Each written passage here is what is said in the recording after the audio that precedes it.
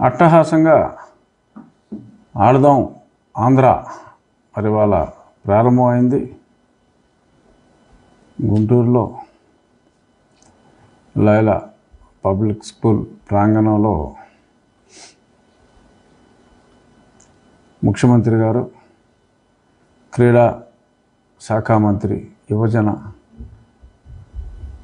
Tourism, అలాగే క్రీడా శాఖ మంత్రి శ్రీమతి రోజా గారికి బ్యాటింగ్ ఎలా చేయాలో నేర్పించి మరి ఆ తర్వాత ఆయన కూడా మరి బ్యాటింగ్ చేసి చూపెట్టారు. ఆ వీడియో బాగా వైరల్ అవుతుంది.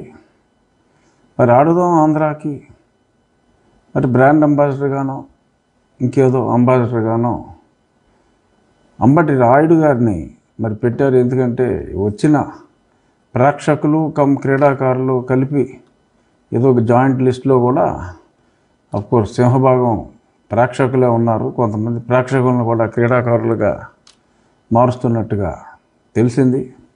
ఏదేమైనప్పటికీ ఏదో ప్రభుత్వ ఖర్చుతో మన పోస్టర్లు వేసుకోవడానికి అట్లీస్ట్ కొంతమంది విద్యార్థులు 18 సంవత్సరాలు దాటి ఓటు హక్కు వచ్చిన విద్యార్థుల ఓట్లను కూడా ఒడుపుగా లాక్కోవటానికి మంచి స్కీమే. అట్లీస్ట్ ఆడదాం ఆంధ్ర వేరే రకంగా పనికొచ్చినా పనికి రాకపోయినా ఈ రకంగా ఎంతో కొంత ఎన్నుక నోట్లు వచ్చే అవకాశం అయితే ఉంది. కానీ మరి అంబటి రాయుడు మరి పాపులర్ క్రికెట్ పర్సన్ మన రాష్ట్రంలో, మరి ఆ జిల్లాకే, గుంటూరు జిల్లాకే చెందిన వ్యక్తి. మరి ఆయన కూడా ఆడదాం ఆంధ్ర మరి సాక్షాత్తు ముఖ్యమంత్రి గారు, రోజా గారు వీళ్ళందరూ వస్తే మరి ఇతను రాకుండా మరి అక్కడ క్రీడలు ఎలా ప్రారంభం అవుతున్నాయో లేకుండా కేవలం జగన్మోహన్ రెడ్డి గారు ఆట రాని జగన్మోహన్ రెడ్డి గారు ఆట నేర్చుకోవటానికి వచ్చిన రోజా గారి ఆటలు ఆడదాం ఆంధ్రాలో చూడటం మరి చాలామంది బాగా డిసప్పాయింట్ అయ్యారు. మరి ఇంతలోనే మరి అంబటి రాయుడు గారికి టికెట్ ఇస్తానని చెప్పి మరి ఆయనకు కూడా నో అంటే మరి ఆయన రాలేదా? ఏదేమైనా ఆడదాం ఆంధ్ర ప్రజలు ప్రభుత్వంతో ఆడుకుంటున్నట్టుగా మారింది. ఇవాళ చూస్తే రోజు టీవీల్లో అంగన్వాడీలు వారి పాటలతో మరి కొన్ని పాటలు వారే పాడుతున్నారు, కొన్ని పాటలు పెట్టి మరి వారి తీవ్ర నిరసనని తెలియజేస్తున్నారు.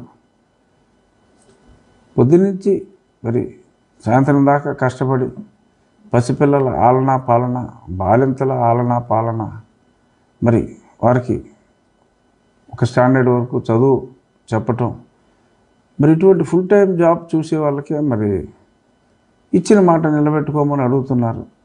మరి అది ఎంతైనా అవసరం. అంగన్వాడీలకు, ఆశా వర్కర్లకు జీతం పక్కనున్న రాష్ట్రంతో సమానంగా ఇస్తాననే మాట ఇచ్చిన తర్వాత ఆ మాట నిలబెట్టుకోవటం చారిత్రక అవసరం. వాళ్ళు ఆ పక్క ఆడుకుంటున్నారు రాష్ట్ర ప్రభుత్వంతో తప్పనిసరి పరిస్థితుల్లో. కానీ కేవలం ఆడుకోవడానికి ఆడుకుంటున్నారు వాలంటీర్లు. మరి వీరు ఎందుకు ఆడుకుంటున్నారో మనకు అర్థం కాదు. ఎందుకంటే వాలంటీర్లని కేవలం ప్రజా సంక్షేమం కోసం వారు త్యాగం చేసి జగన్మోహన్ రెడ్డి గారిలాగా ఎలా ₹1 జీతంతో ఆయన పనిచేస్తున్నారో అలాగే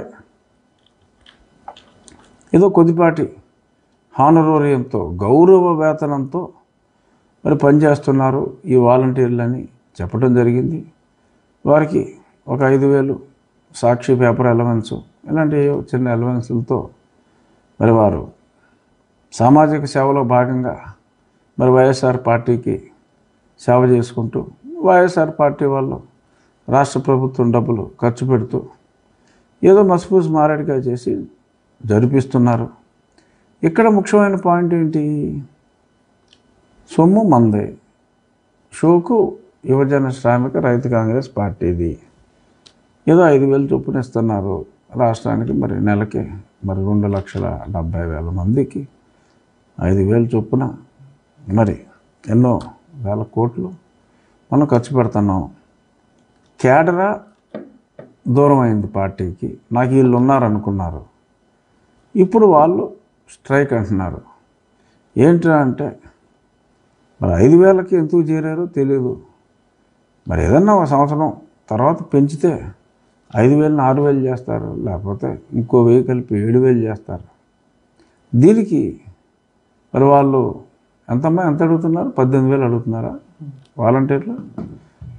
16,000 నుంచి 18,000 చేయమని చెప్పి వారి సేవలకు సేవారత్న అవార్డులు లేకపోతే సేవా వజ్ర అవార్డులు సరిపోవు, మాకు జీతం 3.5 టైమ్స్ పెంచాలి అని చెప్పి మరి వాళ్ళ వాలంటీర్లు స్ట్రైక్ కూడా కొన్ని ప్రాంతాల్లో సమ్మె చేస్తామని అంటున్నారు.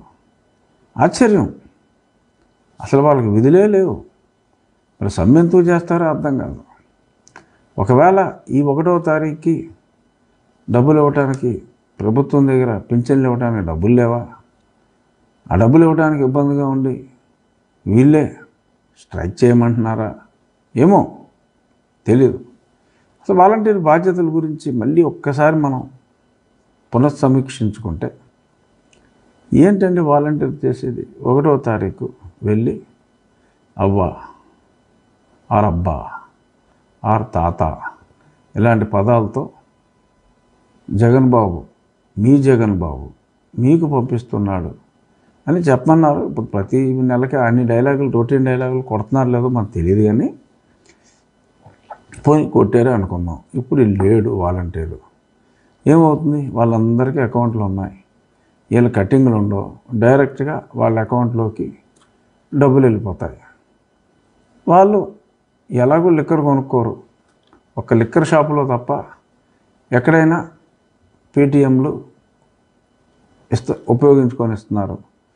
ఈ వృద్ధాప్య పింఛన్ తీసుకునే వాళ్ళకి పెద్దగా ఈ లిక్కర్ షాపుతో పని ఉండదు, వాళ్ళకి అంత పెద్దగా క్యాష్ అవసరం లేదు.